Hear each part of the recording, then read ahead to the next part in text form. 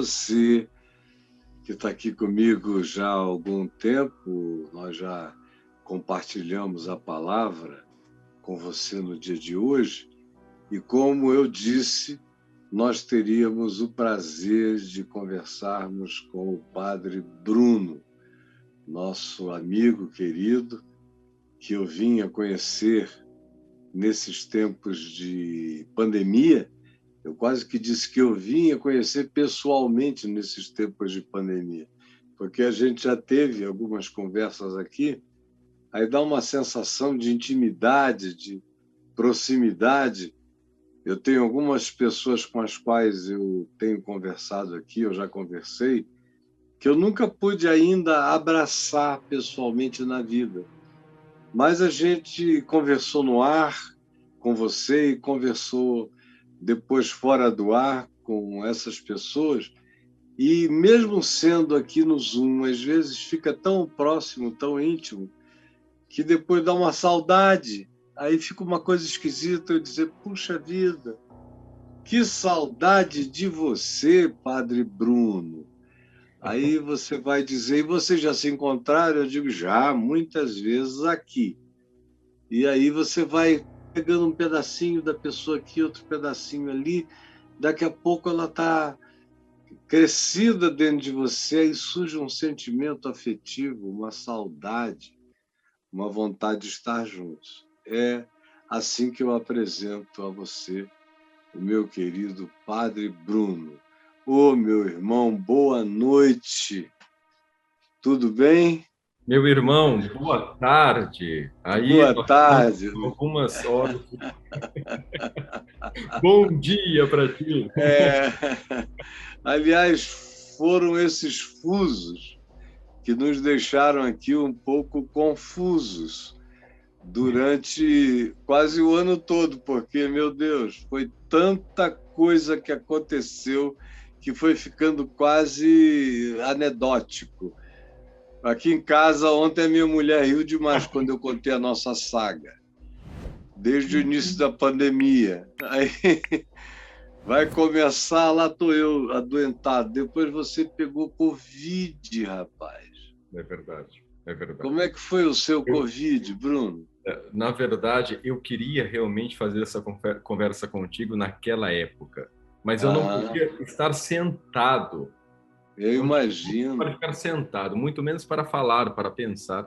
Então eu disse, Caio, pelo amor de Deus, eu pedi perdão ao Caio. Caio, me perdoe, mas eu não Não, posso, não consigo, porque não, e eu também. Depois não pude fazer quando você podia. Eu estava com uma herpes zoster, que eu não podia também nem sentar de tanto desconforto. Parei de fazer papos de graça e estava desconfortabilíssimo, né? Aí houve mais outra vez que a gente também não pôde.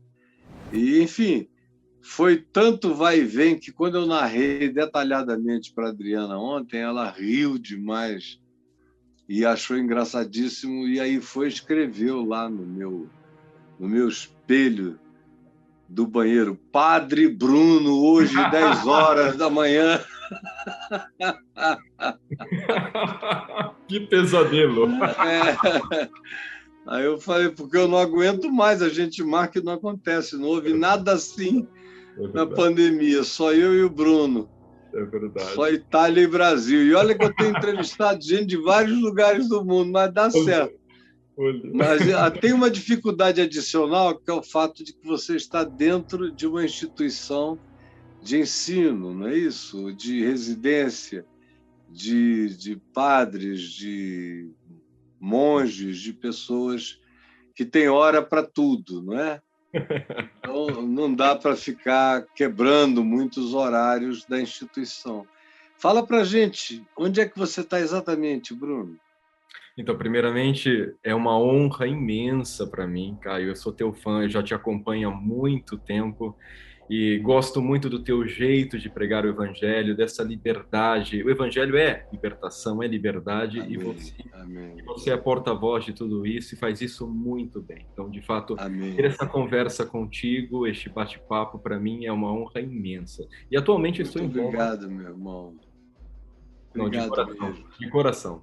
Irmão querido, você me falou isso Uma vez, quando a gente deu uma entrevista juntos aqui para uma televisão, eu fiquei com o coração muito acarinhado pelo seu amor, pelas coisas que você contou, que desde cedo você foi ouvindo e guardando no coração essa palavra e essa amizade espiritual comigo, e eu fiquei tão grato a Deus mesmo.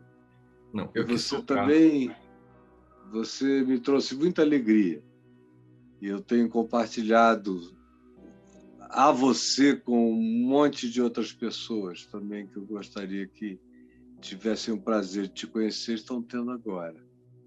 Você disse antes que gostaria de ter conversado comigo naquele tempo do Covid, que você estava com Covid.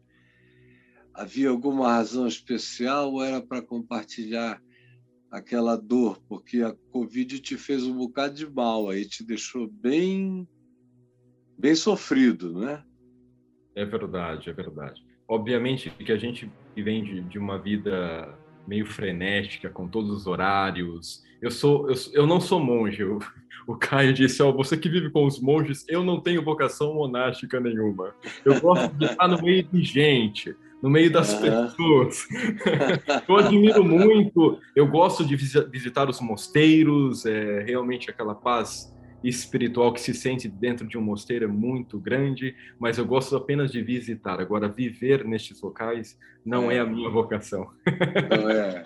E a escola onde você está é bem no centro de Roma? É bem no centro de Roma. Eu estou muito bem localizado entre o Pantheon, não sei se você tem em mente, se lembra. Eu tenho, Roma é bem familiar para mim. E o centro de Roma, na verdade, não é muito grande, né, também. É pequeno, na verdade. Pequeno, é o centro histórico, digamos assim. É. Então, estou entre o Pantheon e a Fontana de Trevi. Veja que localização. Ah, meu amigo, você está bem posicionado. É verdade, é verdade, é verdade. Eu digo que eu não moro em Roma, eu moro no mundo. Porque no mundo, né? Eu saio na rua, eu encontro todo mundo no meio da rua. Literalmente. Eu não sou romano, o mundo tem até romano aí, né? Tem até romano. Assim, eu vou muito na Europa, viajei demais e estive demais na Europa há muitos anos, e alguns países eu fiquei tempo, como Portugal, muito tempo, praticamente me sinto como quem morou. E agora, uma coisa interessante, que quando eu penso em você aí em Roma, é nessa possibilidade de atravessar entre o Panteão e a fonte, e a quantidade de coisas gostosas que você tem para comer. Você tira um bom proveito de Roma, assim, com um bom vinho e uma comida gostosa? Bem, na verdade, eu não tenho dinheiro para tudo isso não, né, Caio? Né? Mas tirar todo o proveito seria impossível. Mas eu como mesmo em casa, eu prefiro comer a comida que é oferecida em casa, que já é muito boa por si, já é muito boa por si. O vinho, obviamente, não falta. E a comida também é à base de muito carboidrato, de muito macarrão. Então, de fato, se não se cuidar, os quilinhos aparecem já rapidinho, hein? Então eu tenho e você malha? Eu corro um pouquinho. Corre um pouco. Eu não sei se isso é comum entre o pessoal que teve a Covid, né, que sobreviveu à Covid, porque nós devemos falar assim, né? Muitos não sobreviveram. Então, nós que sobrevivemos à Covid, uma das consequências que, pelo menos, é compartilhada por muitos amigos que tiveram a Covid, é que vem um certo cansaço e já não se tem mais a vida de antes. Então, aquela energia que eu tinha para colocar para fora, para correr, para fazer exercícios, agora é muito mais reduzida. Então, de fato, é um dos efeitos. As sequelas da Covid são absolutamente imprevisíveis. Eu tenho encontrado pessoas com todos os tipos de sequela, e às vezes não é uma só. às vezes são várias, às vezes atinge, inclusive, áreas do cérebro que alteram completamente sentidos, percepções, gostos. O salgado fica doce, o doce salgado. A pessoa não sabe o que está comendo ou por que está com aquele gosto. Exato. Sem falar nas outras consequências de natureza físico, orgânica, AVCs, um monte de complicações, atletas que não conseguem mais recuperar, depois de quase um ano de treinamento, não conseguiram retomar musculatura, um monte de outras coisas, né? Confusão mental. Então, é algo que o pessoal só estava lidando até aqui com a enfermidade, com o vírus. Nós vamos lidar cada vez mais, à medida em que a vacinação aumentar e as mortes diminuírem, mas os casos tendem a prosseguir um tempo, mesmo com diminuição de morte por causa da vacinação. Mas nós vamos conhecer, do meio desse ano para frente, no ano que vem, as muitas consequências da Covid. Sim. Porque agora a maior consequência é a morte. Mas quando a morte deixar de ser a maior consequência, a gente vai ver as sequelas e os resultados. E são milhares de pessoas, talvez milhões, afastadas do mercado, não vão conseguir voltar em plenitude. Graças a Deus não será o seu caso, porque você é forte e jovem. Aí, na sua instituição, que é um seminário ou uma escola jesuíta, não é isso? Na verdade, é um colégio de padres que vem a Roma para estudos especiais, ou seja, após a ordenação, nós continuamos alguns estudos de especialização, de mestrado, de doutorado, tudo isso. Então, este é um colégio, existem muitos colégios semelhantes a este em Roma, onde padres de todo o mundo vêm para cá, que é o coração, né, da Igreja Católica, para concluir os seus estudos ou se especializar em alguma área de teologia, ou mesmo psicologia e outras áreas. A minha área, por exemplo, é das ciências sociais. Eu estudo ciências sociais e comunicação social, até porque trabalho com isso também, né? Eu tenho o privilégio de estar no Vatican News, que é o dicastério específico para a comunicação do Vaticano. Então, eu trabalho nas transmissões do Papa para o Brasil, na tradução de mensagens e na produção também de mídias do Vaticano para o Brasil. As informações do Papa, digamos que é a ponte entre o Brasil e o Papa, né? Da Igreja do Brasil. Vocês são os porta-vozes, isso, os tradutores, os comunicadores dessa informação do Papa, não é? Exatamente. Que eu tive a honra de encontrá-lo hoje. Ah, é? Exato. Você vai encontrá-lo já? Já estive nesta manhã, porque aqui em Roma já estamos na parte da tarde, mas nesta manhã eu tive a graça de encontrá-lo, porque todos os peregrinos que vêm a Roma, existem 2 momentos em que o Papa tem um contato, digamos, especial já de uma longuíssima tradição. Um momento é durante a quarta-feira, que existe a audiência geral, que geralmente acontece na Praça de São Pedro, agora por causa do Covid, é em outra praça, mas dentro do Vaticano. E ali o Papa faz uma espécie de catequese, uma leitura do Evangelho, uma leitura bíblica, e depois uma catequese, uma explicação, um comentário e uma bênção. E um outro momento é a oração do Ângelus, que também de antiga, uma tradição, no qual o pessoal vai lá na praça, o Papa aparece na janela e dá a bênção, e faz uma saudação, e fala de alguma situação do mundo, ou situação atual, que precisa de mudança, de conversão, né? Então, esses são esses 2 momentos. Hoje eu estive na audiência geral, e eu fico, assim, cada vez mais impressionado, Caio, com o Papa, porque o homem se aproxima já dos 90 anos. E ele não mede esforços para estar no meio das pessoas, cumprimentando, conversando com cada um, tocando as mãos das pessoas, dando a atenção necessária para cada um que chega diante dele, e em pé durante mais de 1 hora. Então a gente imagina um senhor de quase 90 anos, com todo esse fôlego, com uma agenda, Caio. Que eu digo, se se não é realmente sustentado pela graça de Deus, uma pessoa humana não seria capaz de fazer tudo isso. A gente sabe que as pessoas estão se aposentando aos 75 anos já e tem todo o direito de viver a aposentadoria, de descansar, de se dedicar ao lazer. O Papa Francisco é um homem que não vive para si mesmo. Uhum. Além de tudo, é um chefe de Estado que tem uma agenda imensa, intensa, para receber todo o corpo diplomático que o busca durante todas as manhãs. Ainda tem tempo para receber as pessoas, enfim, é incrível, é um homem incrível e, bem, a gente já conversou muito sobre ele, né, Caio? Já falamos, eu tenho, você sabe, o maior carinho pelo Papa Francisco, pelo irmão Francisco, porque na tradição de Francisco de Assis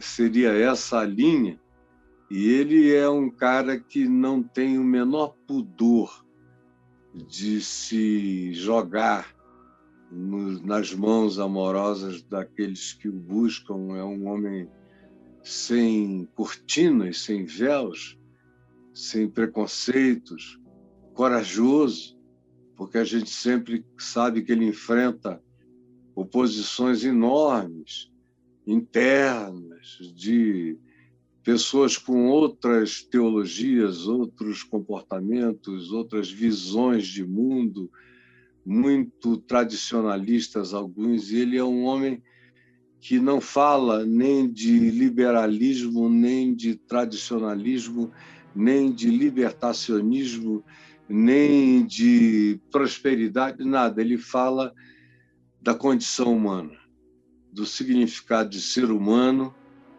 e que a grande espiritualidade humana é aprender a tratar o próximo com o amor que Jesus ensina. Então, um homem desse, eu estava anteontem, eu e a minha mulher estávamos vendo um desses momentos dele andando ali. Ele já está vacinado há muito tempo, e eu entendi que todo mundo cuja mão ele toca atualmente é porque a própria estrutura do Vaticano já autoriza que aquela relação sanitária já é possível para alguém que já está vacinado, é a maior parte das pessoas que chegam ali também. Mas, antes disso, a gente viu também todos os cuidados dele com a Covid, como ele manteve as coisas distantes, como ele privilegiou a ciência, como ele instruiu a todos os que ouvem a voz dele para que se cuidassem, como também agora aos países mais ricos para darem vacinas para os mais pobres. Ele está sempre fazendo uma mediação, porque o trabalho dele de sumo pontífice, no meu olhar cristão e de fé, não tem a ver com nenhuma ponte para Deus, tem a ver com uma ponte entre os humanos. E ele é um mediador entre homens e homens, é um aproximador, um diminuidor de conflito, um filho de Deus, porque é aquele que tenta fazer paz entre os homens, e muito apropriadamente são chamados de filhos. Então, que coisa boa! E com outro Papa, com Ratzinger, o Bento XVI, você também já trabalhava no Vaticano? Não, eu já cheguei na era Francisco. Cheguei nos ventos de Francisco. E tem muita gente que fala sobre os ventos de Francisco. Sim, é que os ventos de Francisco, né, ou melhor, né, do Espírito, porque é verdade que todos aqueles que se deixam levar por este vento sagrado do Espírito fazem maravilhas, todos. Né? Amém. E Francisco é um homem que se deixa levar por este vento, é um homem que tem uma vida de oração, de união, de intimidade com Deus, e é a partir disso que tudo acontece. Então, eu lembro que uma vez eu estava em uma entrevista sobre o espírito que Francisco tinha, o espírito entendido, obviamente, como espiritualidade neste sentido, né? De São Francisco de Assis, mas, na verdade, ele tem o espírito do Senhor ressuscitado. Claro. É o espírito ressuscitado. do Evangelho. Ele é um homem do Evangelho. Eu tenho amigos na Argentina que conviveram com ele quando ele era bispo, bem mais jovem e tudo mais, e que me contam as posições que ele sempre assumiu. E dizem que, desde sempre, ele é essa pessoa livre, limpa de atitudes, despreconceituosa, próxima, que ama gente, trata as pessoas desse jeito, mas também é um homem que tem posições a declarar e não tem medo de defendê-las com simplicidade, com essa simplicidade do Evangelho, que o faz dizer que qualquer um e todos precisam ser abraçados, acolhidos e amados por aqueles que se confessam a Igreja de Cristo, né? É verdade. Então, isso é um privilégio, trabalhar no ambiente onde uma pessoa desse nível de comprometimento humano e com Jesus, com Cristo, com o Espírito Santo, está presente. Eu penso que você está vivendo uma das experiências históricas mais raras que a Igreja Católica já viveu. Porque eu, pelo menos, não sou um especialista na sucessão papal, mas conheço bastante da história papal. Eu nunca li, nunca vi, nunca conheci ninguém, nem de longe, parecido com Francisco. Com essa liberdade total de chegar com a cara para fora, de dizer o que pensa, de fazer uma piada, de brincar, de dizer, Brasil, que é oração para o Brasil, muita cachaça, muita cachaça, muita cachaça. Fogo, coração. Figura. E eu vejo de vez em quando nessas espontaneidades dele, passando, falando com as pessoas, as coisas que saem, as brincadeiras que ele diz, ou o carinho muito, muito, muito livre que ele expressa sem beatice. A outra coisa legal no Francisco é que ele passa a mãozinha na testa de alguém, mas você não sente aquela beatice de um cara que faz aquela cruz quase que corta o sujeito. Não, ele passa, é quase um carinho na testa. Aquele carinhozinho, Deus te abençoe, vai para o outro, muito leve, muito espontâneo, muito humano. Eu não tenho nada a ver com o que os protestantes e evangélicos pensam sobre quem quer que seja, o que quer que seja. A minha liberdade é absoluta. Eu não sou papa, mas aqui no Vaticano da minha consciência, meu amigo, eu digo tudo que penso acerca de todos os que gosto e aprecio, e também profetizo a respeito dos que fazem mal à humanidade. Então, a minha identificação, desculpa, a presunção não tem nenhuma, é apenas a da liberdade, que, num certo sentido, a minha é até muito maior do que a dele, porque ele tem ainda que observar as sensibilidades variadas da cúria e tudo mais. Eu tenho aqui, a minha cúria é a minha mulher, os meus netos e os meus filhos. Então, e pode ser tão pesada quanto, né? Né? Mas me fala o seguinte, Bruno, quando foi na vida que você soube que tinha um chamado para dedicar a sua existência ao serviço do próximo de maneira consagrada e absoluta? Quando foi que essa convicção apareceu em você e como é que você identifica esse chamado? Na verdade, Caio, desde pequeno eu tenho sempre senti uma atração pelo sagrado, né? Pelas coisas de Deus, pela igreja, pela frequência aos sacramentos da paróquia. E eu não sou de uma família muito religiosa, né? Muito presente na igreja.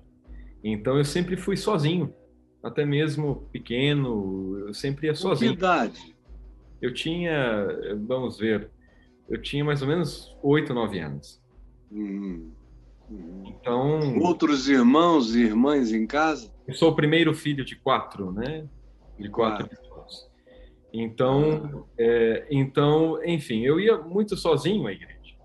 Você E fui, sabe por quê? Qual foi o movimento interior, já que a família não era tão católica na frequência? Como foi esse movimento, esse motion dentro de você? primeiro, a possibilidade, talvez lendo hoje a minha vida, a possibilidade de ter uma intimidade mais forte com Deus, de alguém que pode recuperar este mundo, as coisas, as pessoas, que me dá sentido. Então, para mim, buscar a Deus dentro, né, estou falando de uma paróquia concreta, de uma comunidade cristã concreta, para mim Uhum. significava isso: ter intimidade com aquele que pode fazer algo por este mundo, ser Uhum. próximo dele. É por isso também que eu Uhum. decidi ser jesuíta, porque o Aham. jesuíta tenta imitar a Jesus, propriamente. É o jesuíta aquele que É, imita Jesus, né? É ele que é, é o espelho da nossa vida. A gente sabe quem é olhando para ele, para quem ele é. é, O homem íntegro, inteiro, né? O homem perfeito, é, digamos assim. é. Então, obviamente, depois a gente vai lendo a vida, o passado, a partir da perspectiva que a gente vai amadurecendo pouco a pouco. Mas então, para mim, este contato com o sagrado significava isso. Depois, a questão da vocação nasce nesse sentido, de poder oferecer às pessoas, e a Igreja Católica, bem, preza muito pelos sacramentos, né? E falando, por exemplo, do sacramento da reconciliação, mais conhecido como confissão, oferecer às pessoas a capacidade de encontrar a consolação em Deus, a consolação da sua fraqueza, do seu sentimento. Até muita gente fala, eu não me confesso com o padre porque é um pecador. Eu justamente me confesso com o padre porque é um pecador e é capaz de me compreender, obviamente. Uhum. Então, Uhum. de fato, poder pensar na possibilidade de ser alguém que pode distribuir, vamos dizer assim, esta graça para as outras pessoas, foi o que me Uhum. cativou e o que me fez Uhum. buscar a vida religiosa, obviamente depois desta participação na igreja. Então, assim, Uhum. a minha vida não tive um processo, assim, vamos dizer assim, de conversão, de mudança radical. Abrupto, né? Não, Exato. não houve. Não, Uhum. não. Foi uma coisa mais linear, que foi amadurecendo em Uhum. relação com o tempo. Obviamente que Uhum. primeiro uma criança se interessa pelas coisas de Deus, antes de se Uhum. interessar por Deus. E depois a gente vai Uhum. amadurecendo e vai se interessando propriamente pelo Deus de todas as coisas, né? É, Isso acontece com o tempo. é. E nessa caminhada, você identificaria duas ou três grandes e maiores influências na sua vida, do ponto de vista intelectual e teológico, do ponto de vista da devoção e da provocação à oração, e também na perspectiva da análise política da sociedade? Qual foi a tua viagem até aqui de formação, de consciência hermenêutica, epistemológica, interpretativa do mundo e das coisas? Eu vou colocar duas pessoas, um Uhum. católico e um protestante como você, de origem até presbiteriana, que Uhum. faz parte da minha vida. O católico é Uhum. justamente o personagem chamado José de Anchieta, que é muito pouco Uhum. conhecido e, infelizmente, por alguns historiadores no Brasil, até muito renomados, até muito difamado. Porque, na verdade, Uhum. Anchieta, dentro da sua época, buscou fazer o melhor e dar o melhor de si mesmo e fez coisas maravilhosas, como a primeira gramática da nossa Uhum. nação, evangelizava através do teatro, da arte, da poesia, da música, Uhum. transmitir os valores do evangelho ao seu modo para um Brasil que era paupérrimo, né, podemos dizer. É, Então, é. de fato, é um personagem que me inspira muito nesse Uhum. sentido. Um jovem que foi doente para o Brasil, tinha apenas 19 anos, e soube dar uma resposta para o seu tempo. evangélica, uma resposta evangélica e uma resposta que realmente andava de encontro às situações daquele momento. E houve uma polêmica há 2 anos atrás, porque o governo Bolsonaro, através de alguns deputados, tinha um projeto de lei de mudar o patrono da educação do Brasil, que é Paulo Freire, e colocar no lugar Anchieta. Mas era uma mudança que, na verdade, a gente percebeu logo no início, porque, bem, para nós católicos, olha que interessante ter um santo nosso, padroeiro da educação. Na época eu estava no santuário lá de Anchieta, na igreja que promove um pouco a devoção, a missão de Anchieta, e logo entendi que a fumacinha daquilo não cheirava bem, né? Então eu imediatamente escrevi uma carta juntamente com o reitor na época do santuário. Tinha acabado de ser ordenado e escrevi esta carta dizendo que não estava de acordo com a manipulação ideológica do santo. Queriam simplesmente trocar Paulo Freire, tirar Paulo Freire com a fama de comunista, que na verdade nunca foi comunista, era alguém que criticava o próprio comunismo. Mas, enfim, a gente entrou nesta fábula do comunismo, que até hoje existe um monstro criado e que a gente acredita ainda nesse fantasma. Então, a gente não, muita gente por aí.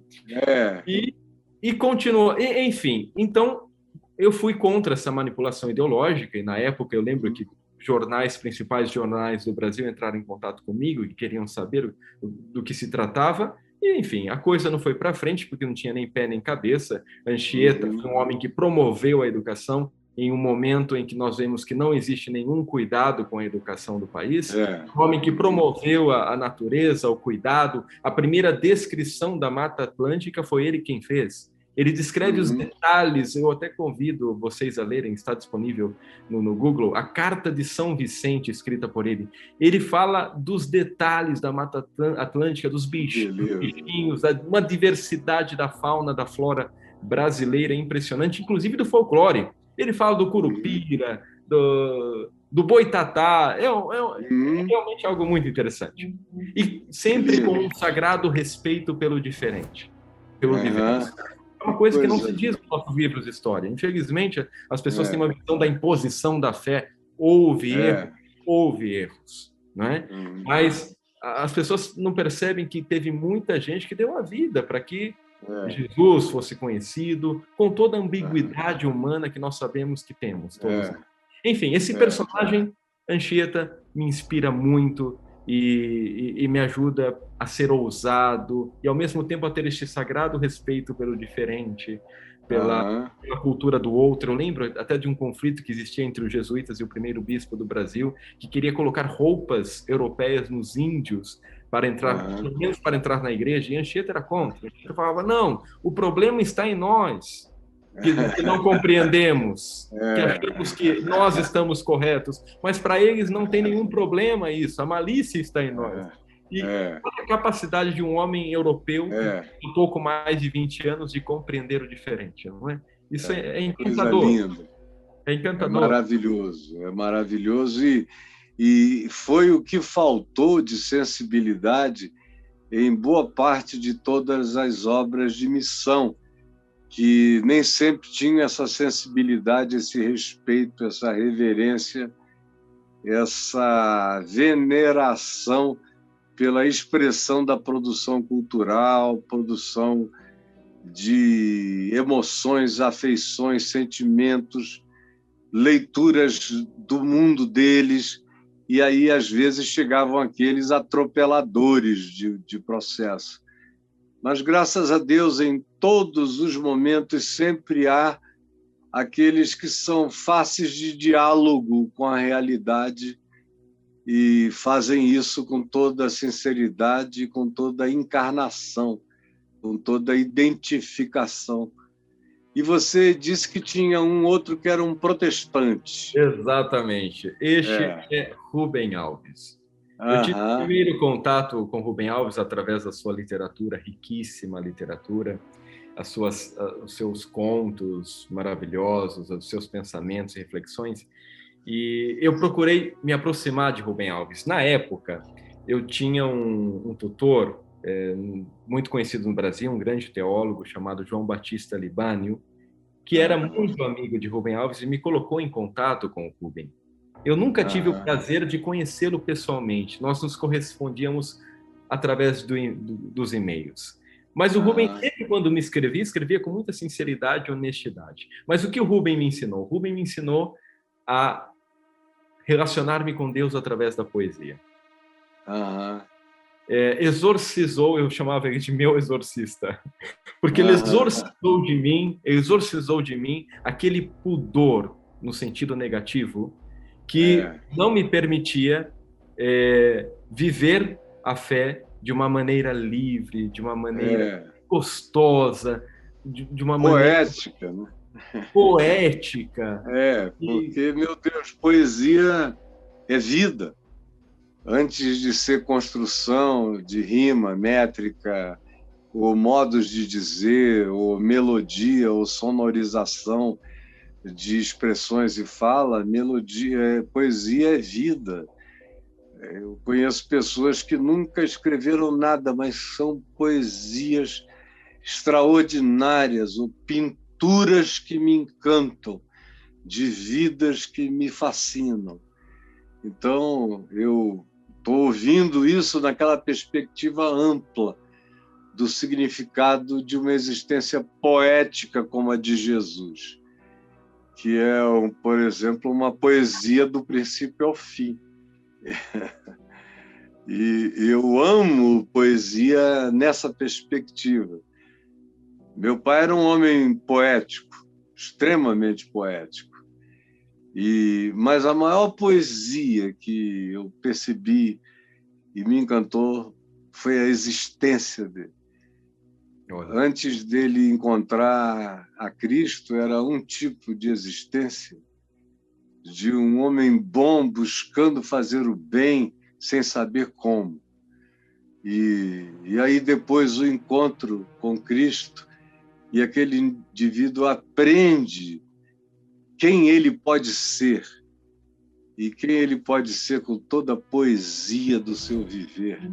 Aí a narrativa é constrangedoramente linda e poética, e eu vivo cheio dos ecos das decisões de verdadeira poesia de entrega, de verdadeiros salmos de oferta da vida a Deus, tanto quanto fico cheio dos ecos da minha mente, das falas poéticas, do dizer simples e cheio de galanteamento. Papai também era um galanteador do próximo. E todo mundo que se encontrava com ele ia embora galanteado, porque ele via o melhor da pessoa e chamava à luz, à existência. Ele foi um apresentador de pessoas a si mesmas, mostrando o melhor delas e como elas estavam fugindo do seu melhor, que era uma grande poesia. E é lindo tudo isso, porque é o que Paulo diz em Efésios 2, né? Verso 10. Pois somos feitura, ou somos poesia dele, criados em Cristo Jesus para boas obras, para as rimas da vida. Porque o Evangelho é pura poesia de encarnação humana. Não tem nada mais lindo do que viver isso. Então, você pegou dois grandes poetas, não é? Você, de fato, Anchieta e o Rubem, e colocou a sua vida escrevendo a sua poesia, que é linda. E eu tive certeza de que você era um homem da poesia de Deus quando a gente se conheceu e conversou a primeira vez. E eu senti muita alegria, não só porque você disse que me queria bem já há muitos anos e tudo mais, mas, sobretudo, porque eu senti quem você era. E me deu muito prazer de conhecer um irmão amado. Obrigado, Caio. Você também é um irmão amado. Muito obrigado, meu querido. Quais são os seus planos? Você tem algum plano imediato ou está deixando o vento conduzir e levar o sopro do Espírito. As duas coisas. A gente faz um plano e sempre também aberto aos sopros do Espírito, não é? O coração do homem faz planos, mas a resposta certa vem dos lábios do Senhor. É verdade, é verdade. Mas também Deus espera que façamos também planos, hein? Não somos marionetes do plano de Deus. Não, graças a Deus, né? E se você edifica a casa, constrói planejando tudo, é o que você tem que fazer. Agora, o Senhor é quem te ajuda a edificar. Né? Verdade. Mas respondendo a tua pergunta, eu pretendo, concluir os meus estudos aqui em Roma. Eu já trabalho na área de comunicação, né? Todos somos comunicadores, né? Você é um grande comunicador e eu quero aprender também contigo, continuar aprendendo a comunicar cada vez melhor o Evangelho com eficácia, com seriedade, com responsabilidade, porque nós, infelizmente, vemos também hoje grandes pessoas que comunicam o Evangelho, mas não comunicam exatamente como deveriam comunicar. Às vezes têm boas intenções, mas acabam comunicando a si mesmas, acabam comunicando o que pensam, ou então alguma ideologia. E às vezes fazem tanto mal. Nós vemos hoje espalhados pelas redes sociais tantos profetas, como no tempo de Paulo, que pregavam um evangelho diferente. E é um grande desafio nos dias de hoje, principalmente com tantos meios. Antigamente, para você publicar um livro, você passava por tantas censuras editoriais para poder publicar. Hoje é uma facilidade imensa. A gente clica, entra no Google e busca qualquer tema e muitas pessoas falando sobre Jesus, sobre o Evangelho, mas o que a gente tem visto, principalmente no Brasil, e a gente já conversa já há muito tempo sobre isso, principalmente com os tempos atuais em que as próprias ideologias políticas utilizam do Evangelho para poder manipular as pessoas, e nós sabemos que o nosso povo é muito religioso, então é realmente um calcanhar de Aquiles que nós temos, que ao mesmo tempo que é a nossa riqueza, aí está o nosso maior desafio e limite. Porque nós podemos ser nós brasileiros podemos ser muito, muito manipulados através de uma linguagem revestida do religioso, mas que na verdade é perversa. E a gente está vendo isso acontecer cada vez mais. Então, é um grande desafio para a comunicação do Evangelho nos dias de hoje. E eu fico muito contente quando encontro pessoas como você, que comunicam o Evangelho na sua integridade.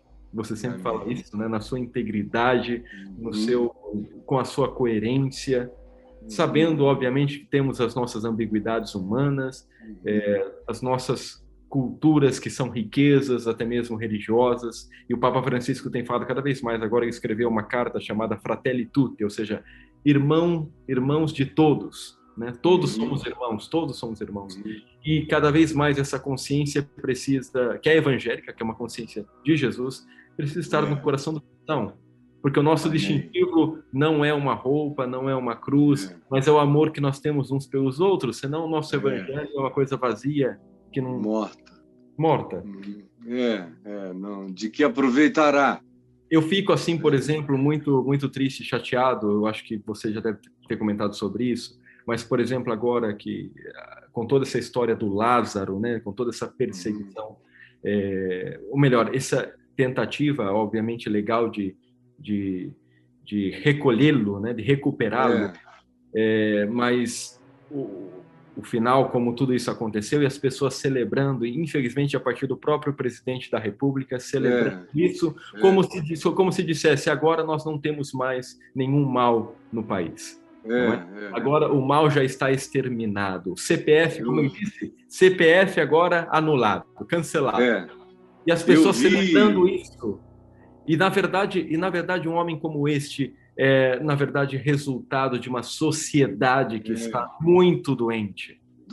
Precisa ser recuperada. Eu vi aqueles fogos e as celebrações de centenas de policiais e fogos e isso e aquilo. Eu falei, meu Deus, onde é que a gente chegou? Primeiro, pela desproporção daquela celebração. E não havia elemento de proporções para celebrar nada. Aquilo ali era tristeza de um lado e tristeza do outro. Tristeza pelo que aconteceu às outras pessoas e tristeza por ter que trazer uma pessoa perfurada por 39 tiros. E, além disso, você viu o modo como pegaram o corpo do homem? Eu não cheguei. Cara, pegaram o corpo como um pedaço de carne. Tinha um cara puxando uma perna, o outro puxando um braço, a calça saiu, o bumbum do cara ficou de fora, ele sendo puxado com um braço e uma perna arrastados pelo chão. Depois chega perto da ambulância, levantam e jogam lá para dentro. A descrição jornalística: a polícia fez o que pôde, mas, tendo encontrado resistência, teve que se defender e depois cuidou para salvar a vida do homem, colocando-o numa ambulância e mandando-o para um hospital em Goiânia, mas ele já chegou morto. Eu, olhando, falei, meu Deus, eles estão descrevendo aquilo? O cara, se não tivesse morrido dos tiros, ele ia morrer do ser levado do lugar do tiroteio até o hospital. Os maus tratos, cara, não só das balas, mas do desrespeito, até pelo corpo do defunto. Todo mundo vira auschwitziano numa hora dessa. Pega o corpo e joga na vala comum, vira de costas e vai embora, porque assassinos jamais ouvirão. Hoje mesmo estarás comigo no paraíso, no que depender desse povo que se diz cristão, mas que vive na troca social, na atitude mais hostil possível.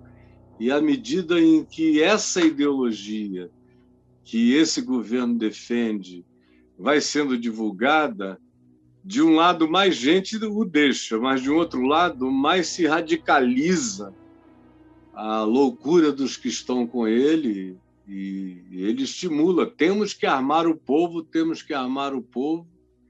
porque se algum dia alguém quiser nos tirar do poder, se um dia quiserem nos dar um golpe, o golpe é a próxima eleição democrática que ele vai perder. Se quiserem nos dar um golpe, nós temos o nosso povo armado para nos defender. Olha só o que esse cara está dizendo desde o dia 22 de abril de 2020, quando a gente conheceu o vídeo onde ele falou isso. É triste demais. Mas, graças a Deus, nós estamos aqui para testemunhar a palavra de Cristo Jesus. E eu fico feliz de ter um irmão querido aí em Roma, e eu quero conhecer todos os irmãos amados que você tem aí em Roma quando eu for aí te visitar.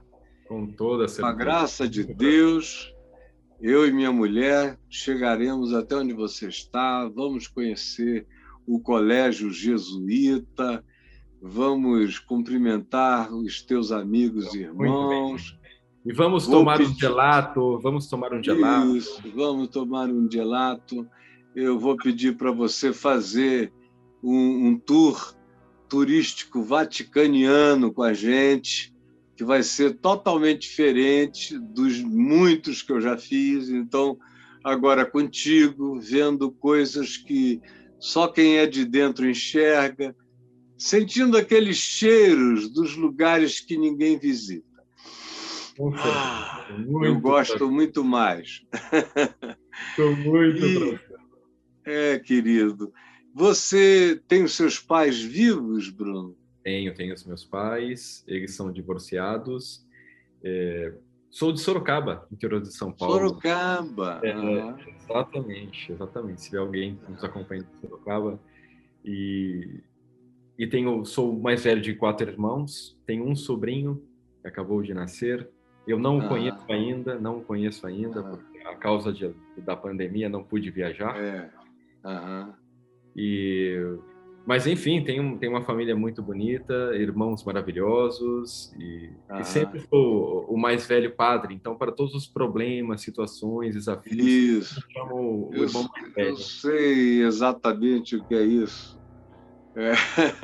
Eu também sou o mais velho dos meus irmãos e, meu Deus, acabei tendo um papel muito central, não só na família nuclear, mas na família extensiva também, muitos primos, muitos tios. E eu sou um homem de muitos filhos também, não é? Tenho os filhos que Deus me deu, que são 4, que eu gerei, e tenho os filhos que Deus me trouxe. Aí tem os 3 da minha mulher e tem também os outros filhos que ele vai me dando. E desde garoto, você sabia que a minha maior vocação na vida, a mais antiga, que eu reconheço, é a vocação de ser pai? Veio primeiro do que tudo. Eu quis ser pai antes de ser marido de uma mulher. Olha, Eu quis ser pai. Papai fez uma casa de madeirinha no quintal, em Manaus, no Amazonas. Quando ela ficou pronta, ele me chamou, era um sábado. A casa era para mim e para minha irmã, mais velha. Mais nova do que eu, mas mais velha do que os demais. E aí ele disse a mim, olha, está aí essa casa. Entra nessa casa, ama uma mulher e tenha muitos filhos. Mas eu fiquei mesmo, foi com aquela coisa de tenha muitos filhos, porque eu falei, meu Deus, o papai gosta de ser pai como nenhum pai que eu conheço. Eu sentia o prazer que ele tinha na minha vida e na vida dos meus irmãos e irmãs. Prazer que ele tinha em ser pai.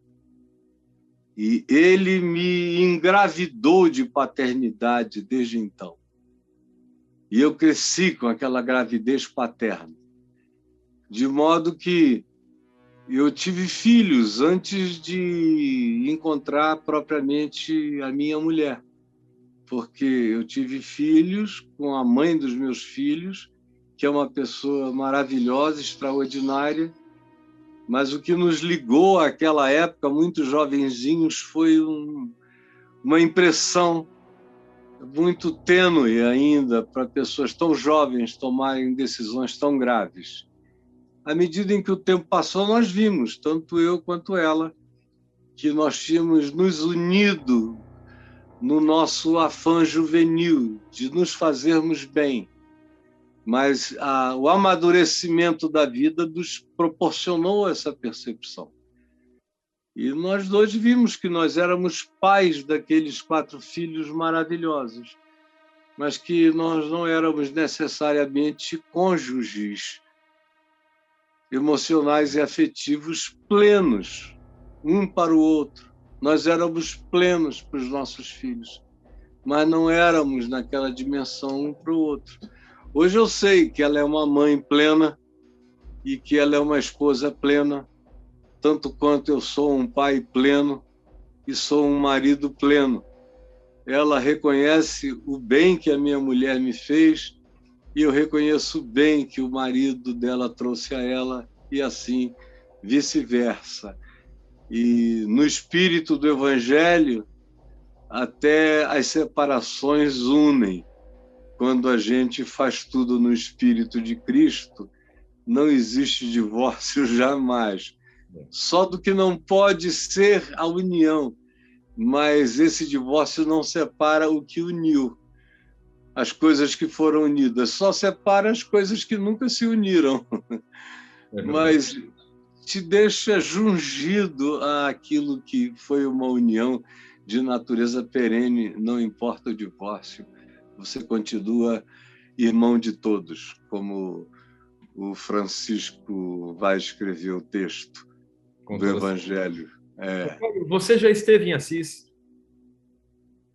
Rapaz, eu passei por Assis, mas eu não posso dizer que eu estive em Assis. Eu parei em Assis.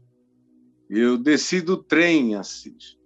Eu respirei Assis, mas eu não fiquei em Assis. Eu quero ir a Assis para conhecer e para ficar.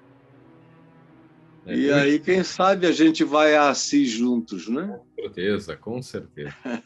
É um lugar maravilhoso. Aquele homenzinho Francisco, que até na hora da morte dele, ele deu de presente a roupa que ele tinha, o trapo que ele tinha para o companheiro dele, falando assim, olha, eu não quero morrer com nada, eu quero ser livre. Como me entendo dizer hoje.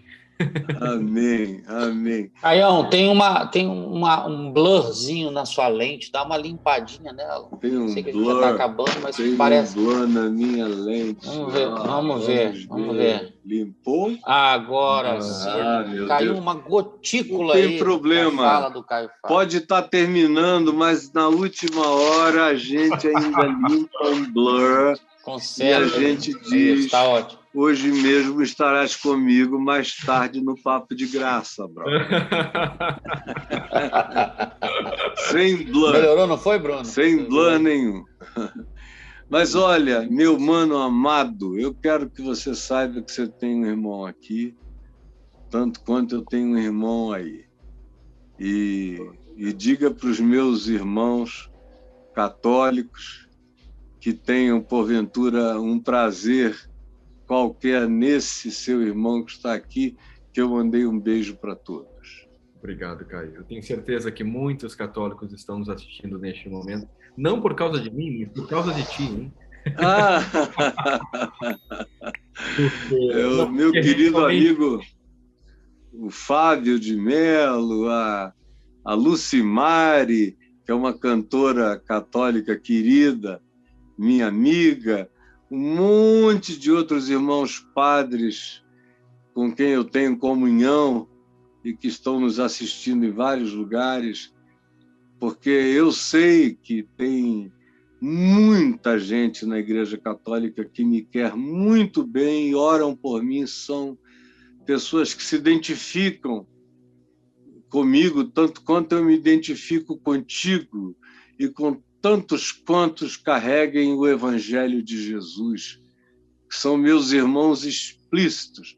São aqueles que eu sei que são meus irmãos e eles sabem que são meus irmãos. E tem aqueles, todos os outros do mundo inteiro, que eu sei que sou irmão deles, mas eles não sabem ainda que são meus irmãos. Esse é o trabalho. É dizer para os irmãos que não sabem que são meus irmãos que eu sou irmão deles. Eles podem se sentir amados assim. Tem uns que a amam quando tem essa certeza. Tem outros que dizem, mas que presunção. E eu digo, não, é apenas um maravilhoso privilégio. Verdade, é um privilégio. Como esse, de ser teu irmão, meu amigo. Todos sejamos um, com certeza. Amém, amém. Uma experiência linda. Deus te abençoe. Amém, amém, obrigado. Dá um beijo no teu pai, na tua mãe, onde quer que eles estejam nos assistindo, a sua família toda, e os nossos amigos católicos e protestantes evangélicos, pentecostais, todos os que estão aqui, e a multidão de agnósticos que me seguem, e os meus amados irmãos ateus, com quem eu não converso sobre Deus. Eles é que ficam puxando o assunto. Eu digo, bom, mas se vocês estão tão necessitados que eu fale de Deus, eu falo, mas eu não faço outra coisa a não ser vivê-lo.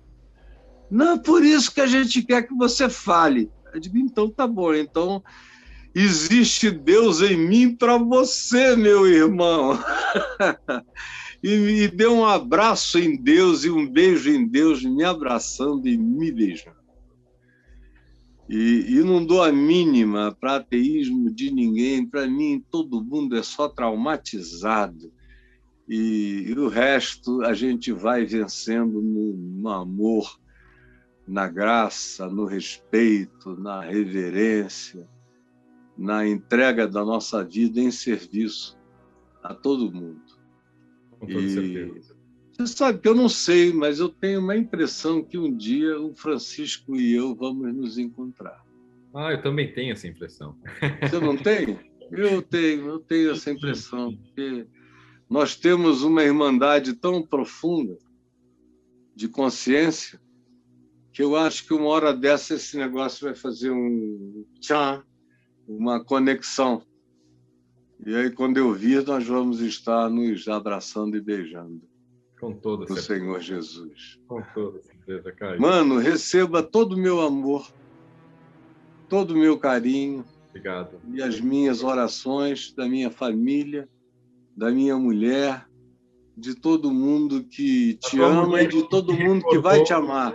A tua mulher que te recordou que hoje você tinha este papo comigo, escreveu no espelho, né, do banheiro, foi? No espelho com batom. Olha que poesia. Batom. Com batom, aquele batom lindo de mulher. Padre Bruno, 10 da manhã. Ah, meu amigo, olha, com batom. Muito obrigado. Prego, Deus te abençoe. Eu estou aqui feliz da vida por estarmos juntos. Eu também, obrigado. Muito obrigado, Caio. Te amo, receba meu amor. E eu termino aqui o papo de graça para todos os que estiveram conosco e agora com o Padre Bruno. Eu termino dizendo que o Senhor te abençoe e te guarde. Que o Senhor sobre ti levante o seu rosto, tenha misericórdia de ti e de mim, que o Senhor tenha misericórdia de nós e nos dê paz. Em nome de Jesus. Amém, amém, amém. Amém.